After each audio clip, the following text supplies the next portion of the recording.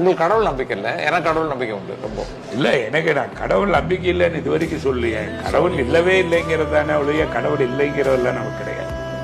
ஏப்பா சபரிமலைக்கு கூட்டு போன ஞாபகம் இருக்காப்பா? அவ்வளவு பெரிய ஆளு. சபரிமலைக்கு நீ வந்ததுனாலதான் நீ டைரக்டர் ஆன, புரிஞ்சதா உனக்கு? சபரிமலைக்கு நான் வரல, இழுத்துட்டு போனோம். அதாவது நானு வாசு பாரதி எல்லாம் வந்து சாதாரண பாரதி எல்லாம் ட்ரெயினுக்கு போறோம்.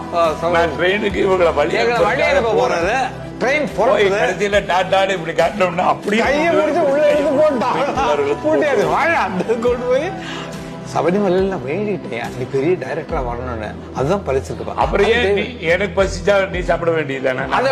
பசி வேற பசி வேற இது வேற எல்லாமே ஒண்ணுதான். ஒண்ணு படிச்சுதான் பாக்கணும். அப்ப நீங்க வந்து அதை சொன்னீங்கன்னா இன்னொன்னு சொல்லிட்டுமா நானு அது வேற மாதிரி போயிடும். வேண்டாம். அம்மன் கோவில் உங்க பாட்டு தானே? ஆமா.